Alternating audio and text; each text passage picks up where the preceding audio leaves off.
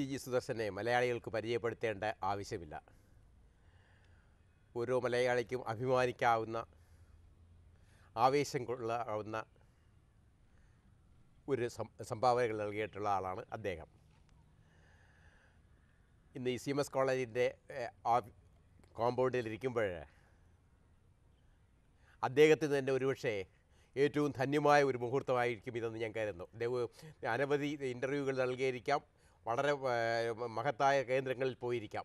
പക്ഷേ ഇതുപോലെ അദ്ദേഹത്തിന് ആനന്ദവും പഴയ ഓർമ്മകൾ വിളിച്ചു വരുത്തുന്നതുമായ ഒരു മുഹൂർത്തം ഉണ്ടായിരിക്കില്ല. കാരണം സുദർശൻ കളിച്ച് വളർന്ന സ്ഥലമാണ്. ഇന്നത്തെ സുദർശൻ എന്താണോ അതിന് രൂപം കൊടുത്തതിൽ മറ്റേത് വിദ്യാഭ്യാസ സ്ഥാപനത്തെക്കാട്ടിയും ഒരുപക്ഷെ സ്വാധീനം ചെലുത്തിയിട്ടുള്ളത് CMS കോളേജാണ്. CMS കോളേജിലിരുന്ന് അദ്ദേഹത്തെ പരിചയപ്പെടുത്തുവാനും അദ്ദേഹം നൽകിയ സംഭാവനകൾ എന്തൊക്കെയാണെന്ന് അദ്ദേഹത്തിൽ നിന്ന് അറിയുവാനും ഉള്ള ഒരു സുവർണാവസരമാണ് നമുക്ക് വന്നിരിക്കുന്നത്. ഒരുപക്ഷെ ഈ നൂറ്റാണ്ടിൽ ഇത്രയും വൈവിധ്യമേറിയ രംഗങ്ങളിൽ, ഫിസിക്സിൻ്റെ ഇത്രയും വൈവിധ്യമേറിയ രംഗങ്ങളിൽ ഇത്രയും കൂടുതൽ സംഭാവന ചെയ്ത ആൾക്കാർ ഇന്ത്യയിൽ തന്നെ ഉണ്ടാകുകയില്ല. ഞാനിതിപ്പം CV രാമനെയോ മേഘനാഥ് സാഹയോ സത്യൻ ബോസിനെയോ ഒന്നും ചെറുതാക്കിക്കൊണ്ടല്ല കാണിക്കുന്നത്. അവരുടെ സംഭാവനകൾ വളരെ വലുതാണ്, അവർ വളരെ ആഴത്തിൽ പഠിച്ചിട്ടുള്ളവരുമാണ്. പക്ഷേ സുദർശൻ ചെയ്ത കണക്ക് ഇത്രയും വ്യത്യസ്തമായ മേഖലകളിൽ ഒരേ സമയം ആഴത്തിൽ അവരുടെ സംഭാവനകൾ ഉണ്ടായിരിക്കുമെന്ന് തോന്നുന്നില്ല. നിർഭാഗ്യവശാൽ സുദർശന് അംഗീകാരം പലപ്പോഴും ആവശ്യത്തിന് ലഭിക്കേണ്ട സമയത്ത് ലഭിച്ചില്ല. മറ്റൊരു വീക്ഷണത്തിൽ പറഞ്ഞാൽ ഞാൻ ഇതിനെ കാണുന്നത് ഇത് അദ്ദേഹത്തിന് കിട്ടിയ ഒരു വലിയ അവസരമായിട്ടാണ്. സുദർശൻ വളരെ നേരത്തെ തന്നെ 22ാമത്തെ വയസ്സിൽ ജോസഫ്സന് നോബൽ പ്രൈസ് കിട്ടി. അതിനുശേഷം കാര്യമായ സംഭാവനയൊന്നും അദ്ദേഹം ചെയ്തിട്ടില്ല. ബ്രാഗ് അച്ഛനും മകനും കൂടെ വളരെ ചെറിയ പ്രായത്തിൽ നോബൽ പ്രൈസ് കിട്ടി. ബ്രാഗ് മകൻ്റെ സംഭാവന മിക്കവാറും അവിടെ കൊണ്ട് തീർന്നു. അതുകൊണ്ട് ഇന്നത്തെ സുദർശനത്തിൻ്റെ വളർച്ചയ്ക്ക് ഉള്ള ഒരു കാരണം അവഗണനയാണ്. ആ അവഗണനയ്ക്കെതിരായിട്ടുള്ള പോരാട്ടമാണ് എന്ന് ഞാൻ പറയുന്നത്. ഇത് നമ്മുടെ കുട്ടികൾക്കും ഒരു മാതൃകയാകും, ഒരു പ്രചോദനമാകും. ഈ ചിന്തയോടുകൂടി ആണ് ഞാൻ അദ്ദേഹത്തോട് ഏതാനും കാര്യങ്ങൾ സംസാരിക്കുന്നത്. ശരി, വളരെ നന്നായിരിക്കുന്നു.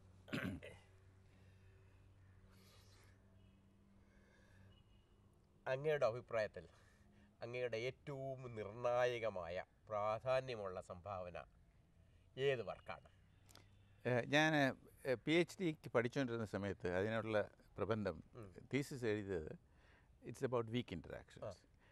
It was in my estimate 40 years later that it was probably the most important thing that was done during that decade. We got no recognition. Somebody else stole my work. My professor told me to talk to somebody to get his approval. So I gave a private talk and he said, "Oh, this is wonderful." My professor was very happy, saying that this is liked by this man. പക്ഷേ ഞങ്ങളറിയാതെ അയാളും വേറൊരാളും കൂടെ കൂടി ആ വിവരങ്ങളൊരു പേപ്പറായിട്ട് എഴുതി പബ്ലിഷും ചെയ്തു. അവർ എപ്പോഴും പറയും, ഓ നിങ്ങളുടേതാണ് ആദ്യത്തെ ജോലി. പക്ഷേ അതൊക്കെ എന്നോട് പ്രൈവറ്റായിട്ട് പറയും, പബ്ലിക്കായിട്ടൊന്നും പറയില്ല. അത് കഴിഞ്ഞ് പിന്നീട് ഞാൻ പല കാര്യങ്ങളും ചെയ്തിട്ടുണ്ട്. നിങ്ങൾ പറഞ്ഞ പോലെ ഏത് സംഗതി എടുത്താലും അതിൽ ഒരു സ്വല്പം നോക്കണമെന്നൊരു ആഗ്രഹമുണ്ട്. ചില ആളുകൾ അങ്ങനെയല്ല. നല്ല ശാസ്ത്രജ്ഞന്മാർ പലരും, നമ്മുടെ സുബ്രഹ്മണ്യ ചന്ദ്രശേഖർ, അങ്ങനെ ഒരിടത്ത് തന്നെ കുഴി കുഴിക്കുകയാണ്. നല്ലപോലെ ചെയ്തു, ആഴമുള്ള കുഴി. പക്ഷേ എനിക്ക് ഈ ഗവേഷണം എന്നൊക്കെ പറഞ്ഞാൽ അതൊരു സന്തോഷകരമായൊരു ഫുട്ബോൾ കളിക്കുന്ന പോലെയാണ്. അതുകൊണ്ട് എനിക്കിഷ്ടമുള്ളത് ചെയ്യുക, അല്ലാതെ ഇത് മാത്രമേ ചെയ്യാവുള്ളൂ എന്ന് ഒരിക്കലും ആലോചിക്കുന്നില്ല. അതുകൊണ്ടാണ് ഇങ്ങനെ പല വിധത്തിലുള്ള സംഗതികൾ ചെയ്തിരിക്കുന്നത്. പക്ഷേ ചില സമയത്ത് ചെറിയ കാര്യങ്ങൾ ആയിട്ട് ചെയ്തത് വലിയ കാര്യമായിട്ട് തീരും. ക്വാണ്ടം ഓപ്റ്റിക്സിൽ കൊഹിയറൻസിൻ്റെ കാര്യമൊക്കെ പറഞ്ഞല്ലോ. How to connect quantum optics with classical optics. It was done by somebody asking me a question and I went home and wrote it down and gave it to him the next day, and he said, "Oh, this is wonderful. Why don't you write a paper?" So I said, "Yeah, I will write it." He said, "No, write now," and got his secretary to type the paper, and it was sent. And it is one of the most important papers, which connected how classical optics and quantum optics are very, very, very similar, and you can do it very simply. So these are surprising things. And അതിന് കിട്ടിയ അംഗീകാരം മറ്റൊന്നിനും കിട്ടിയിട്ടുമില്ല. പെട്ടെന്ന് 1.5 page 2 പേജുള്ള ഒരു പേപ്പറാണ്. എത്ര പ്രാവശ്യം ഓരോരുത്തരും അതിനെപ്പറ്റി പറഞ്ഞിട്ടുണ്ട്. പിന്നെ ഓരോ കാര്യം വരുമ്പോഴത്തേക്ക് മറ്റുള്ളവർ പറഞ്ഞതുകൊണ്ടോ അല്ലെങ്കിൽ തന്നെത്താനെ തോന്നിയതോ കൊണ്ട് ആ കാര്യങ്ങളൊക്കെ റിസർച്ച് ചെയ്യാൻ തുടങ്ങും. ഈ കൊല്ലുന്ന രാജാവിന് തിന്നുന്ന മന്ത്രി എന്ന് പറഞ്ഞ പോലെ നല്ലൊരു വിദ്യാർത്ഥിയും കൂട്ടത്തിലുണ്ടെങ്കിൽ വളരെ വേഗം ചെയ്യാം. ഞാൻ ആദ്യം PhD കഴിഞ്ഞിട്ട് പഠിപ്പിക്കാൻ തുടങ്ങിയപ്പോൾ 2 കുട്ടികൾ എൻ്റെ കൂട്ടത്തിൽ ജോലി ചെയ്യുന്നുണ്ടായിരുന്നു. അന്ന് ഞാൻ വളരെ ചെറുപ്പമാണ്, കുറച്ചൊക്കെ എനർജിയൊക്കെ കൂടുതലുണ്ടായിരുന്നു. എപ്പോഴെങ്കിലും ഞാൻ സംസാരിച്ച് അവരോട് ഡിസ്കസ് ചെയ്ത് കഴിഞ്ഞിട്ട് തന്നെത്താനെ വല്ലതും ചെയ്യുകയോ അല്ലെങ്കിൽ വീട്ടിൽ ചെന്നിട്ട് കുറച്ച് ജോലി ചെയ്യുകയോ ചെയ്ത് നേരത്തെ പിറ്റേ ദിവസം വന്നാൽ ഞാൻ വരുന്നതിന് മുമ്പേ അവരോട് വന്ന് അവരെന്തുമാത്രം ചെയ്യുന്നുള്ളത് കാണിക്കും. ഞങ്ങളൊരു പെട്ടെന്നൊരു 1-2 പേപ്പറുകൾ എഴുതി. അങ്ങനെയുള്ള കുട്ടികളെ കിട്ടിയാൽ വളരെ നല്ലതാണ്. പക്ഷേ അതെപ്പോഴും വരികയില്ല. കോഹറൻസ് സ്റ്റേറ്റസിനെ സംബന്ധിച്ച് ലേറ്റായിട്ടെങ്കിലും സുദർശനാണ് ഇപ്പം അതിൻ്റെ ഫസ്റ്റ് പേപ്പർ എഴുതിയെന്നുള്ളത് ആരും നിഷേധിക്കുന്നില്ല. ഇപ്പം ഈ അടുത്ത കാലത്തെ 2 മാസം മുമ്പ് വന്ന ജേണൽ ഓഫ് ഓപ്റ്റിക്സിലെ ഒരു പേപ്പറിൽ അത് തെർമൽ റേഡിയേഷനെ കുറിച്ചാണ് പറഞ്ഞിരിക്കുന്നത്. അപ്പോൾ അതിൽ പറഞ്ഞപ്പോഴത്തേക്ക് അതിൻ്റെ ഫസ്റ്റ് റെഫറൻസ് ഞാൻ നോക്കിയപ്പോഴത് 1 and 2 എന്ന് കൊടുത്തിട്ട് ഗ്ലോബർ വർക്ക് സുദർശൻ്റെ വർക്ക് ഒരു ബ്രാക്കറ്റിലിട്ട് ഒരുമിച്ചാണ് കൊടുത്തിരിക്കുന്നത്. പക്ഷേ അത് പേപ്പർ എടുത്ത് നോക്കുന്നവർക്കറിയാം സമയം വെച്ച് ആദ്യം സുദർശൻ്റെ വർക്ക് വന്നതാണ്, അതിനുശേഷമാണ് ഗ്ലോബറിൻ്റെ വർക്ക് വന്നതെന്ന്. അത് എനിക്ക് തോന്നുന്നു ഇപ്പോഴെന്തായാലും. പക്ഷേ ഒരു സാറിനൊരു ഇത് കുറിച്ച് ഒരു നമ്മുടെ ആളുകൾക്ക് മലയാളികൾക്ക് കോഹറൻസ് എന്നുള്ളത് കുറിച്ച് എന്താണ് ആ ക്ലാസിക്കൽ മെക്കാനിസം അല്ലെ ക്ലാസിക്കൽ ഓപ്റ്റിക്സും ക്വാണ്ടം ഓപ്റ്റിക്സും കൂടെ ഒന്നാക്കി ചേർത്തുമ്പോഴുള്ള അതിൻ്റെ പ്രാധാന്യം അല്ലെങ്കിൽ അതിൻ്റെ കോൺസിക്വൻസിനെ കുറിച്ചൊന്ന് പറയാമോ? പറഞ്ഞു നോക്കാം. സാധാരണഗതിക്ക് എവിടെയെങ്കിലും ലൈറ്റ് വന്നാൽ it will be you see the intensity എന്ന് മാത്രം ഉണ്ടെന്നുള്ളത് നോക്കാം, photometry. But if you take we know that light consists of waves. അതുകൊണ്ട് അത് രണ്ടും കൂടെ വെച്ചാൽ ഇൻ്റർഫിയറൻസ് ഒക്കെ നടത്താം. But if you take 2 different sources and try to make interference, it will not happen. Why? Because you say they are not coherent. Because when one is going up and down, the other one may be going up, may be going down, and therefore it sort of averages out in thing. But therefore you have to get something which is very coherent. So, ഈ 2 slit interference ഒക്കെ ഉണ്ടെങ്കിൽ what you have to do is to get the thing in a very narrow angle and then put them together. And these two now will go together. രണ്ടുപേരും ഒരുപോലെ മുകളിലോട്ട് കിട്ടും. This is what is called coherence. Now, ഇപ്പോഴേ with regard to quantum optics, first of all one knows that this is not a classical wave. It's quantum wave. Quantum wave means it is also lots of particles. It emits photons and absorbs photons and so on. So you must make a connection between photons and this field. And the field being a dynamical variable, it is non-commuting. അതുകൊണ്ട് it cannot be represented by ordinary numbers. So how would you represent it? So statement is that you can represent it by thinking of the electric and magnetic fields not as 2 separate things, because they don't commute, you cannot make them together, uncertainty relation. So you can take a particular combination of electric and magnetic fields, and that particular thing can be defined, and its value can be always defined. So നമ്മൾ ഈ simple harmonic motion കാര്യം പറയുമ്പോഴത്തേക്ക് instead of things going back and forth, you say think of a particle which is going around a circle, ചുറ്റി നടക്കുക ഒരേ വേഗത്തിൽ. Then it's drop the perpendicular from there, and the foot of the perpendicular will undergo simple harmonic motion. So that's the same thing here. P and Q, the momentum and the position don't commute. Then how can you take P plus IQ? But it turns out P plus IQ can be taken, but not P and Q separately. And this is what happens in quantum optics. So, you say you make a quantum field, but make the quantum field have a value which is a combination of the electric and magnetic field. It is a very simple thing when you think about it, but otherwise it looks very strange with regard. And using this one, what I showed was that every optical field can be represented as a combination, probabilistic combination of this kind of thing. That means that I can represent everything in terms of this one. So, in my first paper on the subject, I said this particular thing can be done for every field. Sakhav Glauber aanengil paranju, no, Sudarshan seems to think that it can be done, but he is wrong. It can be done only for thermal fields, because he said otherwise the amplitudes, the probability amplitudes would not be positive definite. Now, he has never withdrawn that statement, except that all the interesting things of quantum optics, like sub-Poissonian statistics and so on, all of those happen when this particular probability distribution becomes negative someplace. So, the places where he said it cannot be applied is precisely the places which are interesting.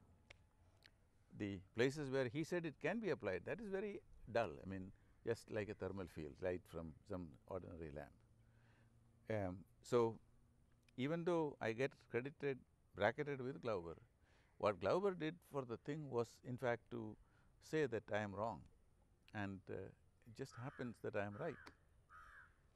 Okay, fine. പുതിയതായിട്ട് ഈ teleportation, squeezing, coherence, quantum computing ഇതെല്ലാം കൂടെ connect ചെയ്യുന്നുണ്ട് ആൾക്കാർ. അതെ. ഒരു സാധാരണ മനുഷ്യന് ഇതിനെക്കുറിച്ച് സാറിന് എന്തെങ്കിലും പറയാൻ പറഞ്ഞു നോക്കാം. ഇതിലെ കൊഹിയറൻസ് എന്ന് പറഞ്ഞാൽ, I mean if there are two atoms and if they are coherent, ഒന്നിന് എക്സൈറ്റേഷൻ വന്നു, മുകളിലോട്ട് വന്നു, മറ്റേതും അതേ സമയത്ത് തന്നെ മുകളിലോട്ടോ താഴോട്ട് വരിക. So, you have a connection between the two. It is not as if you have two systems which each with its state, but one system with one system with two parts, but the parts are together. ഒരാൾക്ക് രണ്ട് കൈയുണ്ട്, ഒരു കൈ മുമ്പോട്ടും പുറകോട്ടും പോകുന്നു, മറ്റേതും പോകും. But if there are two hands for two people, then of course they have nothing in common. So, in this particular case, when you talk about two atoms being in coherence or consonance, they have properties which are common to the both of them. And these properties cannot be determined if you look only at one of them. Because if you look at one of them, you will say, yeah, it is half the time up and half the time down. Similarly, if you look at the other one, you will say it is half the time and half the time down. But if you measure one of them, ഒന്ന് മുകളിലോട്ടാണെങ്കിൽ ഉടനെ നമുക്കറിയാം മറ്റേത് താഴോട്ടാണ്. ഇത് താഴോട്ടാണെങ്കിൽ നമുക്കറിയാം മറ്റേത് മുകളിലോട്ടാണ്. This particular thing is called quantum entanglement. Okay. And it's a very nice property, but it is a very surprising property, because this is something that we have no analog in classical physics. So, രണ്ടും തമ്മിൽ ചേർന്നിരിക്കുന്നു, എങ്കിലും ഒന്നേ മാത്രം നോക്കിയാൽ ഒന്നും കാണുകയില്ല, രണ്ടും ഒരേ സമയത്ത് കാണും. നോക്കണ്ട രണ്ടും, ഒന്ന് നോക്കിയാൽ മറ്റേത് എന്താണെന്നറിയാം. So, this is very useful, because if you have two atoms which are in this state, and one of them is to the right of me and the other one is to the left of me, I do not have to go and measure the state of this one if I know that they are in this particular relation and I measure only one. അപ്പോൾ ഇത് ഇവിടെ നോക്കിയാൽ ഉടനെ മറ്റേത് എന്താണെന്ന് മനസ്സിലാവും. And this is instantaneous. It is not nothing going from ഇവിടുന്ന് message ഒന്നും പറഞ്ഞ് അയക്കുന്നതല്ല. It is so. This is there, that is there. So, you have a situation in which you can find out something about something far away without ever having anything to do with going there. ചിലപ്പോൾ പറയുമല്ലോ, ചില ആളുകൾക്ക് clairvoyance ഉണ്ടെന്ന് പറയും. So, they find out things about something that is happening someplace else just like that at the same time. This one is also like that, but there is no clairvoyance, it is simply standard quantum mechanics. അതാണ് ഇതിൻ്റെ. Squeezing is a particular case of trying to take this coherent state and the wave function of electric and magnetic field. You make the electric field larger and magnetic field smaller, or magnetic field larger and electric field smaller, then you say it is squeezed. Of course, nobody squeezes anything. It's a catchy word. And squeezed light can also be used for many purposes, again, which is connected with this one. And this squeezed light has become very important because under suitable circumstances, the light that is coming out of an atom or a collection of atoms can be squeezed. If it is squeezed, then there is a difference in the thing. ഒന്നുകൂടി പറഞ്ഞോട്ടെ, ഈ coherent state ആണെന്ന് പറഞ്ഞാൽ, if you try to analyze, any state can be analyzed in terms of photons.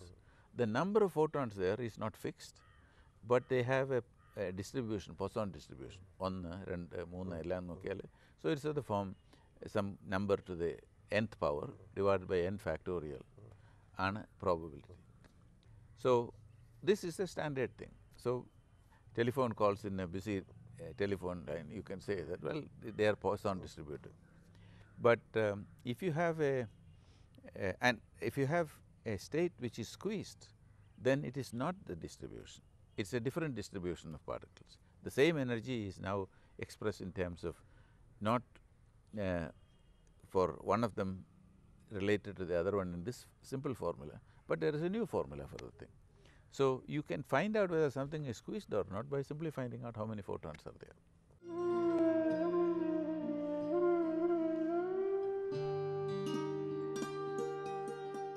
Coherence ആയിരിക്കാം ഒരുപക്ഷെ ദീർഘകാലാടിസ്ഥാനത്തിൽ basic സയൻസിൽ പ്രാധാന്യമുള്ള ഒരു കാര്യമായിരിക്കും. അറിഞ്ഞുകൂടാ. ഇത് ഈ കാര്യത്തിൽ സാറിന് അറിയാമല്ലോ, ഈ what you think of the thing is not very important, it is what is important. ഒരാൾ, നമ്മുടെ കുട്ടികളുണ്ടായി, ഒരു മകനുണ്ടായി, ഒരു മകളുണ്ടായി, you think that you are educating them, you are doing them, but they become pretty soon so much bigger than what anything that you have done. This is what every father thinks of. In the same sense that what you produce as your intellectual child can outlive you, and that's everybody's hope. Of course, immediate recognition and accolades and prizes and so on, they are very nice, but they are not as nice as knowing at the end of a career that, oh, what I did as a child, as a young man, is very, very important. നമ്മുടെ ഒരു സാധാരണ വ്യക്തിക്ക്, ഇപ്പോൾ ഒരു മലയാളിക്ക് ഇത് പറഞ്ഞു കഴിഞ്ഞാൽ, പത്രം വായിക്കുന്ന ഒരാളുടെ കുറിച്ച് ടാക്യൂൺ എന്നുള്ള പദവുമായിട്ടാണ് സുദർശൻ എന്നുള്ളത് ബന്ധപ്പെട്ടത്. പ്രകാശത്തെക്കാട്ടിയും കൂടുതൽ വേഗതയിൽ സഞ്ചരിക്കുന്ന എന്തെങ്കിലും ഒരു പാർട്ടികളുണ്ട്, അത് നമ്മുടെ ഒരാളാണ് അത് കണ്ടുപിടിച്ചത് എന്നുള്ളത് അവർക്ക് അഭിമാനവും ആഹ്ലാദവും പകരുന്ന ഒരു സംഗതിയാണ്. ടാക്യൂൺ ഇതുവരെ എക്സ്പെരിമെൻ്റലായിട്ട് ഡിറ്റക്ട് ചെയ്തിട്ടില്ല. രണ്ട് കാര്യങ്ങളാണ് എനിക്കതിൽ അറിയാൻ. ഇപ്പോൾ ടാക്യൂൺ എക്സ്പെരിമെൻ്റലായിട്ട് ഡിറ്റക്ട് ചെയ്യുന്ന ഗ്രൂപ്പുകൾ ലോകത്തിലെ സജീവമായിട്ട് എവിടെയൊക്കെയാണുള്ളത്. ഇനി ഇത് എക്സ്പെരിമെൻ്റലായിട്ട് ഡിറ്റക്ട് ചെയ്ത് കഴിഞ്ഞാൽ ഇതിൻ്റെ സാങ്കേതികമായും ശാസ്ത്രീയമായും തത്വചിന്താപരവുമായ പല എന്തൊക്കെയായിരിക്കും? ഒന്നാമത് അതിനുവേണ്ടി തന്നെ ആരും ഇപ്പം ജോലി ചെയ്യുന്നില്ല. But what we do is when anything is to be found out, you take a very high energy collision, extremely high energy collision, and then find out what happens. Like ഈ ഇതുണ്ടല്ലോ, അച്ഛനെ എടുത്ത് കാക്കയെ എടുത്ത് മുകളിലോട്ട് കൊണ്ടുപോയി പാറയുടെ പുറത്ത് വിടുക, എന്നിട്ട് അത് പൊട്ടും. അപ്പോൾ അതിനകത്ത് എന്തുണ്ടെന്ന് അറിയാം എന്ന് പറഞ്ഞ പോലെ, we trying to, like a blind man walking around, you knock against something and then you say something has happened. So the method of finding new particles is not a systematic thing. It is simply a destructive process. You try to concentrate most energy into one small space, and then of course new particles are created by the thing. And when you find particles, you find the properties of all of them. Many people who are working on these things are hoping that they don't find them, tachyons.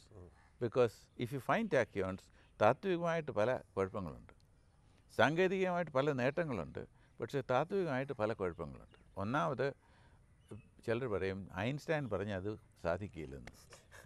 അയാൾ മരിച്ചു പോയില്ലയോ? നല്ല മനുഷ്യൻ, അത്ര നല്ല മനുഷ്യനല്ല, അയാളൊരു മനുഷ്യനായിരുന്നു. അദ്ദേഹം പറഞ്ഞ സമയത്ത് ആദ്യം പറഞ്ഞത് എന്താണെന്ന് പറഞ്ഞാൽ, പ്രകാശത്തേക്കാൾ വേഗതയില്ലാത്ത ഒരു ഏതെങ്കിലും ഒരു കണം എടുത്താൽ അതിനെ നമ്മൾ എനർജിയൊക്കെ കൊടുത്ത് അതിനെ ഈ മുകളിലോട്ട് കയറ്റാനൊക്കുകയില്ല.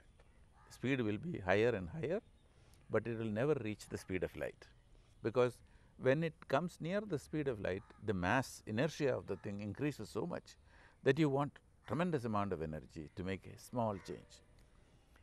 But that does not mean that there is nothing which is beyond the thing, because we know light itself is not first made and then you accelerate it.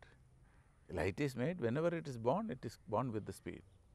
Whenever you try to stop it, it simply gives up its life, freedom or death.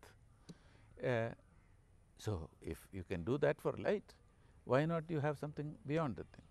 If you have something which is a speed beyond the speed of light, then you can never reduce it to slower speeds. And in this case, there is this peculiar property that the higher the speed, the less the energy. When the energy, as the speed increases, as the പ്രകാശത്തോടുള്ള വേഗത്തോട് അടുക്കുമ്പോഴത്തേക്ക്, then the energy becomes very large. This is quite the opposite of ordinary particles. When the speed increases, then the energy also increases. So if you have these particles, there is nothing which will be upset. People said, oh, but that is not true, because the transformation of Lorentz, which said that the mass increases proportional to the original mass divided by 1 minus v squared by c squared. V by c is the ratio of the velocity of the particle to the velocity of light. So if v by c is larger than 1, then 1 minus v squared by c squared is negative. Therefore, its square root would be pure imaginary. They said, oh, it's quite clear that particles cannot travel fast, because their energy will become pure imaginary, their momentum will become pure imaginary, so that cannot exist. This is a very simple mistake, because what you said is that this is the so-called rest mass, m0 nammal parayullo. That is the inertia of the thing when the particle is having very little velocity. But these particles can never be brought to that state. So you must now ask the question, what is the rest mass? In this case, the rest mass is pure imaginary, because it never comes to rest. But if the rest mass is imaginary and divided by the square root, which is also imaginary, it will be positive, it will be real. So that objection is not there. Then there is a final objection that people say, that if such a particle is emitted from here, so this would be earlier and that would be later, it will be absorbed someplace else. So they say it is true that relativity theory time is not absolute, apekshikamaana time, but when this happens, if you go to another frame, then the time difference would be smaller or larger. But it can never become negative, never become zero. Okay. But if it's tachyons, it can become zero and it can become negative. If the speed of the tachyon eventually increases to infinite speed, arbitrarily high speed, then of course it will appear at both places at the same time. But then they say, but if that happens, first of all, that is very bad. And also, if you go to another frame, before the emission, there is the absorption. This is absurd. Before the effect, there should be the cause, but in this case, the cause comes after the effect. So that would be absurd. This will violate കാര്യകാരണ ബന്ധങ്ങളെല്ലാം തകർക്കും. This again actually is because of the fact that people are sloppy in thinking. If you very carefully observe, first of all, things in which you don't know whether it went this way or that way, because they are simultaneous.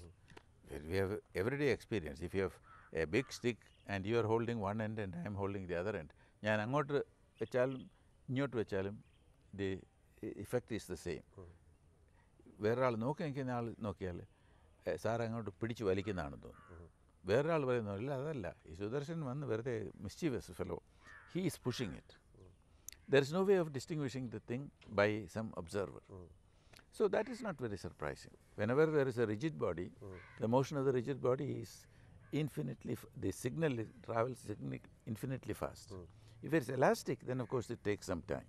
But if it's completely rigid, so usually what people used to say is that because of that, there are no rigid bodies in relativity. This is saying, I mean, you cannot have rigid body because a signal will travel. Signal cannot travel faster than light because there are no rigid bodies. These are both together. So the statement is that there are these things. And finally, the question of interchange of cause and effect. കാര്യവും കാരണവും എങ്ങനെയാണ്? കാര്യകാരണബന്ധം. There the problem is that when we ask what is the relation between karyam and karanam, two different things, we know that what is earlier is the cause and what is later is the effect. And if you really analyze it, cause and effect are really two aspects of the same thing, the same process. One end you call cause because it is earlier, the other end you call effect because it is later. But what you have is an invariable relation. ഒന്നുണ്ടെങ്കിൽ മറ്റൊന്നും ഉടൻ കാണും. അത് ഈ Tachyon ആണെങ്കിൽ ഇത് നോക്കുമ്പോഴത്തേക്ക് വേറൊരു ഫ്രെയിമിൽ നോക്കിയാൽ what somebody else thought was a cause is now the effect because it is later. And what the one person thought was the effect, it now becomes the cause. People say, but this is absurd. There is a significant difference between cause and effect. If you ask somebody to define what is the significant difference, there is no significant difference. You have a cause and you have, because all the processes that we are talking about are mechanical processes. ഒരു കാലം ഇവിടുന്ന് എടുത്തെറിഞ്ഞാൽ I will go there. You don't have to know all about my physical constitution to find out what is the thing. Only കാലം ഇവിടുന്ന് പോയി എന്നുള്ളതേ ഉള്ളൂ. Similarly, at the other end, you don't have to know what it struck. You only want to know that it struck someplace. If it is a tachyon, if you did that, what will happen is that some people will say, I threw the stone. Some others will say, that stone came from there to me. As far as I can see, there is no problem with regard to the thing. But പല ആളുകൾക്ക് അതൊരു ചിന്താക്കുഴപ്പം ഉണ്ടാക്കും. I mean, how can effect be interchanged with cause? It can, because they are connected. They are two ends of the same string. And another thing that people say is that, but if you have this one, you can go into your past. Because you can go forward, then you go to another frame, then you go that way, then you go that way. And therefore you can go and prevent your father and mother from meeting together. Okay. But this again is wrong, sloppy thinking, because if you look at this particular relation, in space-time relations, you find that there is no frame in which cause is before effect. You cannot ever go backwards in time. Somebody else may say you are going backwards in time. But if you want to have a loop, you go from here to back to the thing, then irrespective of where you look at it, someplace it must go backwards. So since it does not happen, then there is no problem about going. So ഇതാണ് ചിന്താക്കുഴപ്പം എന്ന് പറഞ്ഞത്. മിക്കവാറും ആളുകൾ നോക്കിയാൽ ഉടനെ ഇത് ഉണ്ട്, ഈ കുഴപ്പമുണ്ട്, ഇതുകൊണ്ട് ആ കുഴപ്പമുണ്ട് എന്ന് പറയും. But if you look at it, ശരിയായിട്ട് കുലങ്കഷമായിട്ട് പരിശോധിച്ചാൽ അങ്ങനെ ഒരു കുഴപ്പമില്ല. So many people will not like to have tachyons because they say it will create a lot of problems. രണ്ട് കാര്യം ഇപ്പം പ്രൊഫസർ സുദർശൻ പറഞ്ഞതനുസരിച്ച് ഇപ്പം റിലേറ്റിവിറ്റി തിയറി വരുന്നത് ഗലീലിയോയുടെ റിലേറ്റിവിറ്റി ആയാലും ഐൻസ്റ്റീൻ്റെ റിലേറ്റിവിറ്റി ആയാലും ഒക്കെ ഫിസിക്കൽ തോട്ട് എക്സ്പെരിമെൻറ്റ്സിന് വേണ്ടി അവിടെ പരിമിതമായത്. സുദർശൻ പറഞ്ഞ ഇതാണ് സമീപനമെങ്കിൽ ഈ റിലേറ്റിവിറ്റി എന്നുള്ള കൺസെപ്റ്റ് ഈവൻ ഫിലോസഫിക്കലായിട്ട് പോലും അതിൻ്റെ ഒരു എക്സ്റ്റൻഷൻ ഉണ്ടാകുന്നതാണ്. ഇതാണ് അങ്ങയുടെ വാദം. ആൻഡ് കാര്യകാരണ ബന്ധം കൂലങ്കഷമായിട്ട് പരിശോധിച്ചാൽ കാര്യവും കാരണമായിട്ട് വ്യത്യാസമില്ല. അത് രണ്ടറ്റമാണ്, ഒരു വടിയുടെ രണ്ടറ്റമാണ്. ഒരാൾ പറയുന്നത് ഇതാണ് അറ്റം, മറ്റൊരാൾ പറയുന്നത് അതാണ്. People in England say Greenwich meridian is the start of everything. So you count from there. If you are sufficiently excited, we would say, no. It goes through Chennai or Kochi, and that is the primary meridian. So that is a matter of opinion with regard to it. So it ചിന്താക്കുഴപ്പങ്ങൾ ഉണ്ടാക്കും. And പല കാര്യങ്ങളും വളരെ വ്യത്യാസം വരും. ഈ Tachyon എന്നുള്ള പ്രത്യേക പദം തിരഞ്ഞെടുക്കാൻ എന്താ കാരണം? ടാക്യോൺ പദം പേര് കൊടുത്തപ്പോൾ എന്തെങ്കിലും മനസ്സിലുണ്ടായിരുന്നു? ഇല്ല, അത് പേര് ഞാനല്ല കൊടുത്തത്, വേറൊരു മനുഷ്യനാണ്. എൻ്റെ നിന്ന് ഇത് കട്ടെടുക്കാൻ തുടങ്ങിയ ഒരു മനുഷ്യൻ, അയാൾ അതിന് പുതിയ പേര് കൊടുത്തു. അപ്പോൾ കുറേ ആളുകൾ പറഞ്ഞു, ഇയാളാണിത് ചെയ്തത്. പിന്നെ ഞാൻ എല്ലാവരെയും കാണിച്ചു, ഇതൊക്കെ ഒരു 10 കൊല്ലം മുമ്പ് അമേരിക്കൻ പബ്ലിഷ് തന്നെ ഉള്ളതാണ്. Tachyon means it is something which moves fast. Tachys means fast. And so tachyon is something which is fast, very fast. അത്രയേ ഉള്ളൂ. അത്രേ ഉള്ളൂ. And the corresponding thing for slow would be Brady's, slow, and Bradyon. But we don't say that because almost everything that we know is Bradyon. And the light itself is something special. It is called Luxon because it is neither tachyon nor Bradyon but halfway in between. ഞാൻ ചിലപ്പോൾ ഇതിനെപ്പറ്റി പറയുമ്പോഴത്തേക്ക് കുട്ടികളോടൊക്കെ പറയുമ്പോഴത്തേക്ക് ഒരു ഉദാഹരണം കൊടുക്കും. അപ്പോൾ ഇവിടുന്ന് നമ്മൾ മനുഷ്യരൊക്കെ കൈലാസിലോട്ടൊക്കെ പോകും, ഹിമാലയത്തിൽ. അങ്ങോട്ട് പോകാൻ കുറേ പ്രയാസമുണ്ട്. ഡൽഹി വരെ ചെല്ലാൻ പ്രയാസമൊന്നുമില്ല. അത് കഴിഞ്ഞ് അങ്ങോട്ട് മലയുടെ കീഴെ വന്ന് പിന്നെ മുമ്പോട്ട് പോകുമ്പോഴത്തേക്ക് എത്രമാത്രം പോയാലും പിന്നെയും ഒത്തിരി ദൂരമുണ്ട്. ആൻഡ് വളരെ എഫർട്ട് കൊണ്ടാണ് മുകളിലോട്ട് പോകാൻ സാധിക്കുന്നത്. So somebody makes the theory that nobody can climb Everest. Well, that may be true. But they go beyond that thing and then say, but there is nobody on the other side. Because nobody can cross this one.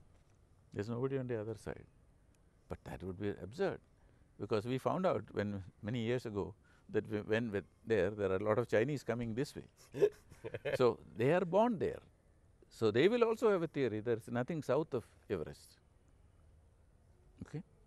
So when you make ridiculous statements like this, then people begin to think about it. Otherwise, people will say, no, but this light barrier cannot be evaded.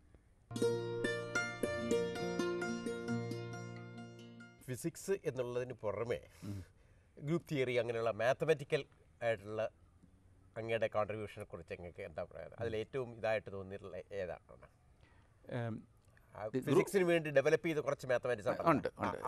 അതിൻ്റെ സാധാരണഗതി പറയാത്തൊരു വശമുണ്ട്. സാറിന് അറിയാമല്ലോ, group theory എന്ന് പറഞ്ഞാൽ group is A set of transformations. If you make two of them together, the result is another third one. Okay. For example, if you rotate a rigid body, you rotate one way, then you rotate another way, the result is again another rotation. Okay. So when this happens, you call it a group.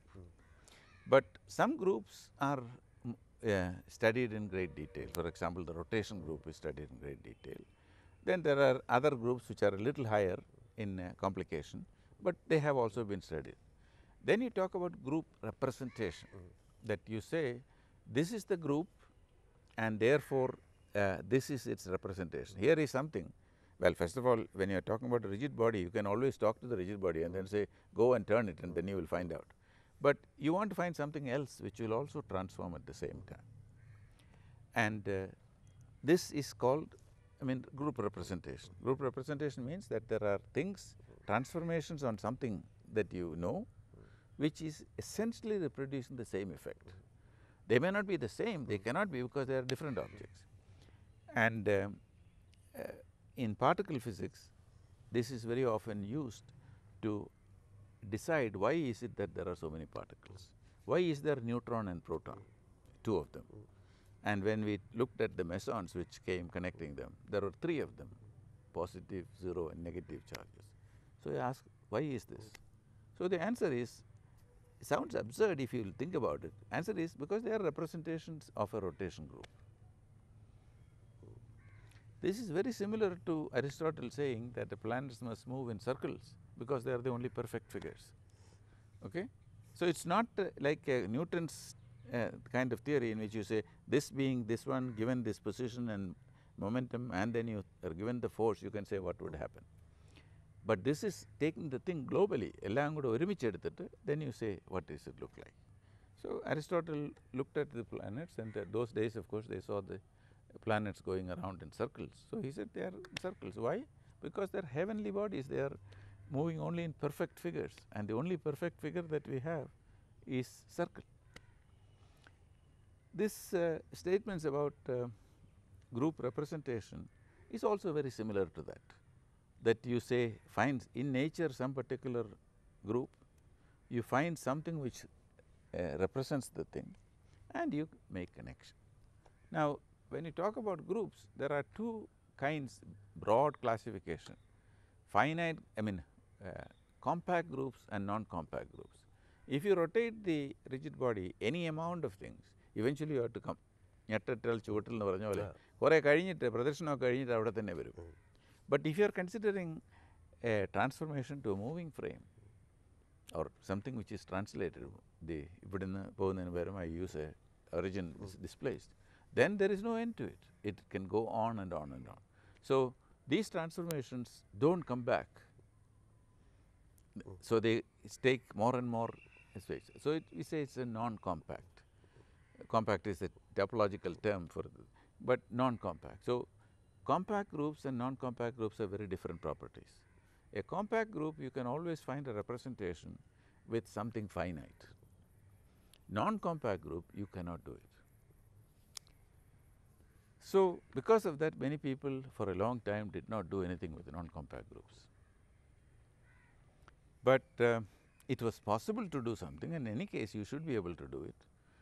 So many years ago I had a couple of students with me, and we said, let us try to see whether we can do the same thing with non-compact groups that other people have done with compact groups. When we tried to do the thing, it turned out that amount of rotation around an axis, this keeps increasing or decreasing when you go various components of the thing. In this case, instead of it increasing or decreasing by 1 unit, it increased by plus or minus imaginary unit. That sounds ridiculous. That is why people say this cannot be done. But it turns out you can do it if you want to understand what is meant by something increasing by I. If you have analytic functions, functions of a complex variable which are analytic, then if you know the value in some particular region, then you know it everywhere else. So therefore, when you say it goes from here to that, that means that the value of the function there is the value of the function here for the after the transformation, and therefore you can say that you study the thing. So you must have analytic functions representing the thing. So we found a method of trying to do it, and dealt with a number of groups of that kind, which was group representation. I had two Indian associates. One was a former student of mine by name Mukunda, and the other one was a student of mine who was doing PhD at that time by name Kurian. So the three of us got together and worked on the thing, and to everybody's surprise, we found solutions which people thought could not be found. Then we tried to apply it to various things like particle reactions, meson scattering against nuclear particles, and how can that be related to this group theory. And this particular connection was very useful because you can find something about something or the other by saying that it is a representation of this group. If it does not work, then you will say, let's forget about it. So most of the time we are saying that maybe this will work, so you give a theory of this one. That is one of the things that I have done. But there are other things which are much more mathematical, and as you grow in the subject, you discover regions of mathematics which you thought were never useful. For example, there is the mathematical theory of knots. Okay. I mean, one would say, why would you want to make a mathematical theory? You want to tie knots and that's all. But we have to find out whether a knot can be opened by pulling here or not. And there's a whole theory about it. One step before that complication is to take a surface, and can you go from one point in the surface to any other point on the surface and come back? Well, if you take a cylinder, you can do it. If you take a plane, you can do it. If you take a sphere, you can do it. But there are some surfaces which are such that they have only one side. Even though we say every problem has two sides, there are one-sided surfaces. First one was found by a German mathematician by name Möbius. You take a long paper ribbon, and if you glue the ends together, then it is a very small, very short cylinder. But if you glue the thing together after rotating one of them through 180 degrees, then you get a very peculiar surface.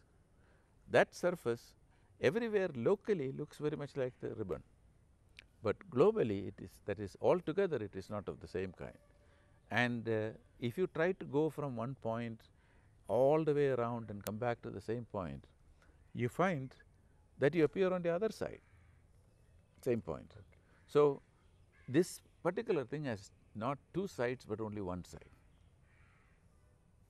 a one-sided surface, because you can go from any point to any point on the opposite side, and it's not opposite side because it is on the same side by definition.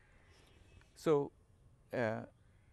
this kind of spaces are given special names. I mean, they have a non-contractible loop. When you have non-contractible loops, then strange things can happen to quantum mechanics of the thing. And in particular, when you have identical particles, we normally know that identical particles, the wave function of many particle system is either should be symmetric or antisymmetric, and give some fake argument is given which says that it must be so. But actually it turns out that if you consider the thing in two dimensions, two space dimensions, and there would be some monomolecular layer of some particular material on top of the thing. If you do that, then the loops in this one cannot be closed, because if you took all the points, several points here, and you drew various lines, long lines, ഈ റാട്ടുണ്ടല്ലോ കയറുണ്ടാക്കുന്നത് അതുപോലെ ഇരിക്കും. So when it is rotated, there is no way in which if it is going like this, it cannot come back. It has to loop together, and loop cannot be removed in this dimension. So this is called a braid group, because it is like forming a braid. So braid group means that you can have something which is neither symmetric nor antisymmetric, but something in between. And so the connection between a particle and its statistics, whether it is symmetric or antisymmetric wave function, is dependent upon some very fundamental things. And we were very interested in finding the general rule. Of course, many people consider the problem to have been settled because Wolfgang Pauli published a paper and he was given the Nobel Prize for it. But if you examine critically and not being impressed by somebody's name, then you can see whether it's right or wrong. And I found that this was not right. But it is true that it is the way that we find all the particles. When the particles have integer spin, then they are symmetric states. When they are half integer spin, they are antisymmetric. So one has to prove it. So I constructed a proof which was based on very simple things. Like, for example, the scalar product of two vectors is symmetric in the two. It turns out if you take the scalar product of two spinors, that is, these are the things which are half integer spin, then it is antisymmetric in the thing. This simple fact corresponds to the demonstration that statistics of particles, that is, wave functions of integer spin particles must be symmetric and half integer particles must be antisymmetric. Since this is sufficiently interesting, one of my friends from Rice University, which is in Houston near us, and I wrote a book called Wolfgang Pauli and the Spin Statistics Relation. We like Mark Antony's speech, but Brutus says he was ambitious and Brutus is an honorable man. So we said Pauli is a great man and he has very great insights and so on. But we find this one, we examine it and it's not right. We examine this one, it's not right. So we have published a book some years ago, and many people were very amused by the thing because they thought this was all solved. So in this manner, when you look at things, there are always things that you can do. Who would have thought that the contractibility of the loop would have anything to do with the statistics of particles? But there is a whole area of homotopy, which is a study of this kind of connections. Space is said to be connected if you can go from any point without. So if you have, like Pakistan used to be, two different parts, it's not connected. That's why we disconnected them. But if you have a space which is connected and you go from one point to another point and then back again, if the loop can be contracted to nothing continuously, then it is a very simple kind of thing. trivial topology. But there are, like this surface that I talked about, there are things in which it cannot be done. In this case, there is a certain property. And these are things mathematicians have studied, but we always thought they were sort of crazy. Why, who would care about these things? But now it turns out we care about. So as we go along, we study a little more mathematics, and these mathematics can be used for various things. Okay, one final thing. In life, you have got many experience, which you consider as the most creative experience you have got in your life. Well, it's a little difficult to say which was the most creative, but which thing sticks in your mind as having been crucial. When I was studying intermediate year, ഇവിടെ നല്ല library ഉണ്ട്. ആരും ഒന്നും പുസ്തകമൊന്നും എടുക്കുകയില്ല, അതുകൊണ്ട് ഏത് പുസ്തകം വേണമെങ്കിലും എടുക്കാം.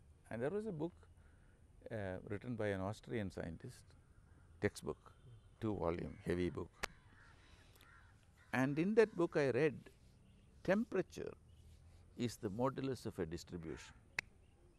Everybody else said temperature is the mercury column, temperature is the elongation of the thing, temperature is the amount of energy and so on. But this said no, temperature is a modulus.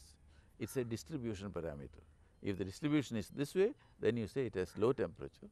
Distribution is that way. This was an eye opener for me, because if you think about it, energy, momentum, work, angular momentum, all of them are mechanical quantities. But temperature cannot be expressed in those terms. And you can express the temperature of everything because it is a thermodynamic property. So where does temperature come from? People always say, oh, temperature can be measured by looking at the mercury column. Yeah, but that is a statement about what is the way you find it. But what is temperature? And this particular book gave me this insight that it is a modulus of a distribution. Now, it would take me too far afield to say why it is so impressive. And that stuck in my mind. And ever since I found that it was a very important piece of information. The spirit of the domain of statistical mechanics and thermodynamics was done, I mean, great advances were made by a man at Yale called Josiah Willard Gibbs.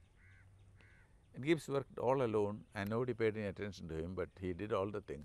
By the time people thought it was interesting, they found he had already done it all.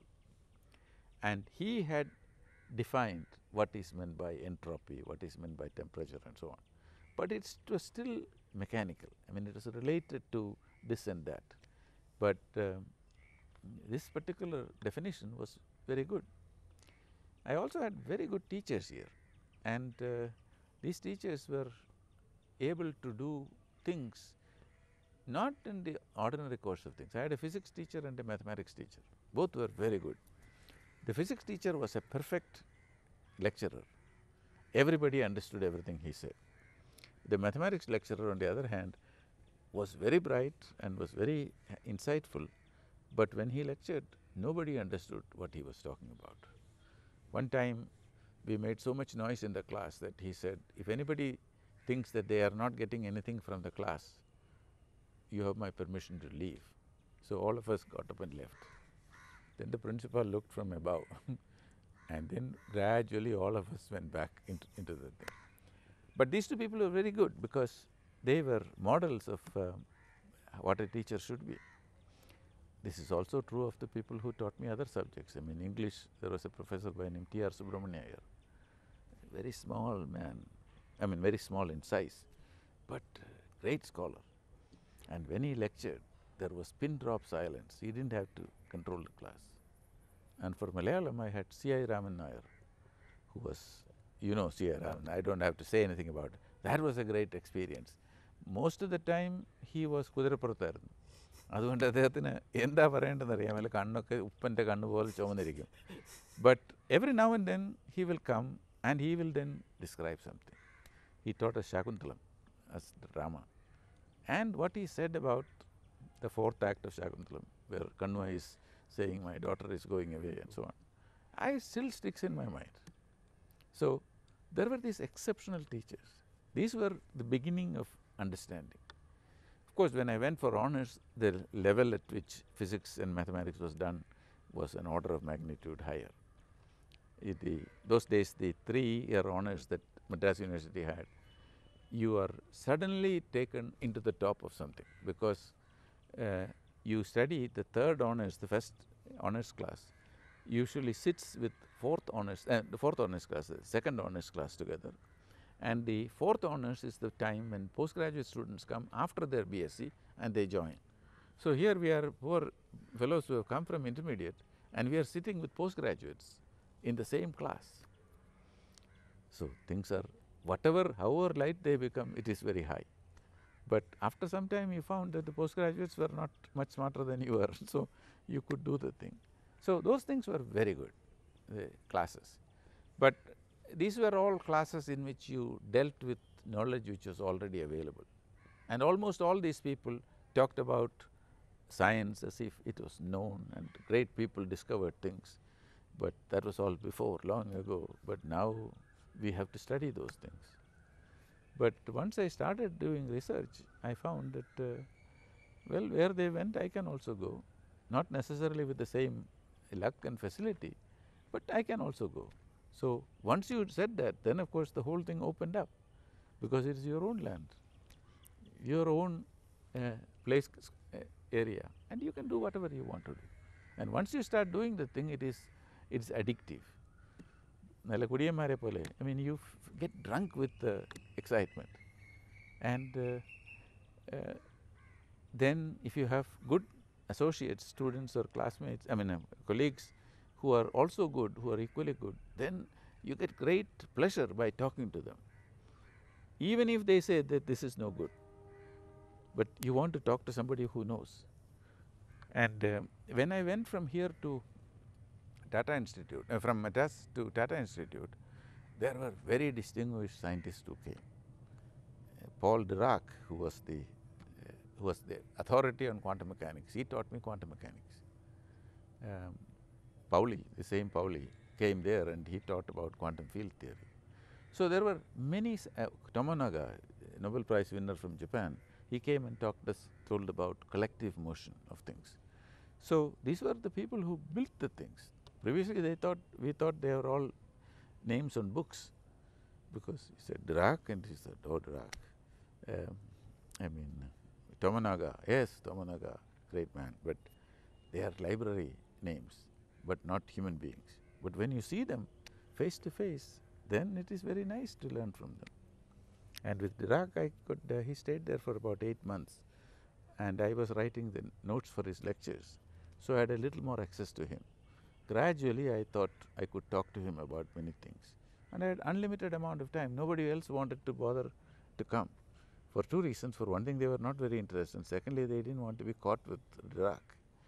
It would be much nicer to stand back and then say, yeah, that's all nice lectures.